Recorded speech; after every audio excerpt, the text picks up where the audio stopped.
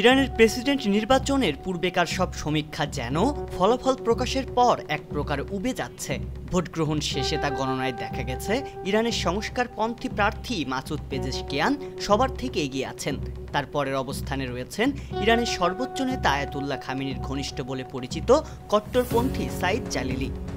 অন্য দুই প্রার্থী প্রতিদ্বন্দ্বিতার মাঠে থাকলেও দ্বিতীয় দফাতে গড়াচ্ছে ইরানের নির্বাচন। প্রেসিডেন্ট নির্বাচনের প্রতিদ্বন্দ্বিতা করা কোনো প্রার্থী ৫০% বেশি ভোট না পাওয়ায় সর্বোচ্চ ভোট পাওয়া দুই প্রার্থী মাসুদ পেজেশকিয়ান ও সাইদ জালালি আবারও নামবেন ভোটের মাঠে। শুক্রবার অনুষ্ঠিত হওয়া নির্বাচনে মাসুদ পেজেশকিয়ান ভোট পেয়েছেন ১০.৪ মিলিয়ন।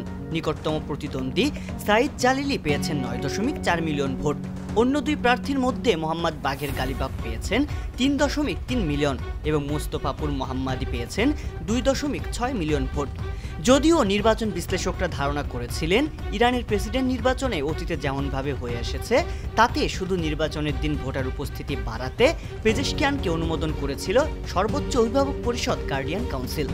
কারণ ইরানে রক্ষণশীল নেতৃত্ব ক্ষমতায় থাকলেও দেশটির সাধারণের মধ্যে সংস্কারপন্থী নেতৃত্বের গ্রহণযোগ্যতা অনেক বেশি।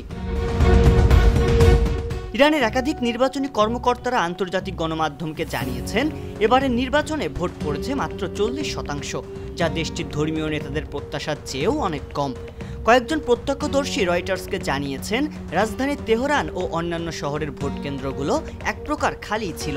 ইরানের নির্বাচনের নিয়ম অনুযায়ী প্রেসিডেন্ট নির্বাচনে যেসব প্রার্থী অংশ নেবেন তাদের মধ্যে কেউ যদি সরাসরি প্রেসিডেন্ট নির্বাচিত হতে চান তাহলে তাকে মোট ভোটের ৫০% বা তার বেশি ভোট পেতে হবে।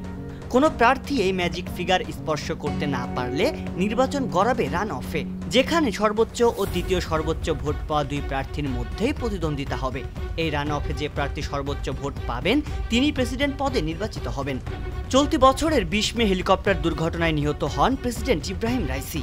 এরপর দেশটিতে আগাম প্রেসিডেন্ট নির্বাচনের ঘোষণা দেওয়া হয়। ইরানের সংবিধানের অভিভাবক পরিষদ ৮০ জনের আবেদন পর্যালোচনা করার পর সংবিধানের ১১৫ নম্বর অনুচ্ছেদ অনুযায়ী ৬ জনকে যোগ্য প্রার্থী হিসেবে ঘোষণা করেন। এরপরে ৬ প্রার্থী ব্যাপক নির্বাচনী প্রচারণা ও টেলিভিশন বিতর্কে অংশ নেন। তবে এর মধ্যে ৬ জন প্রার্থীর ২ জন অন্যদের প্রতি সমর্থন জানিয়ে নির্বাচনে অংশগ্রহণ থেকে সরে আসার ঘোষণা দেন। ফলে নির্বাচনের প্রতিদ্বন্দ্বিতায় থাকেন Masoud Pezeshkian, Saeed Jalili, Mostafapour Mohammadi ও মোহাম্মদ বাঘের গালিবাফ।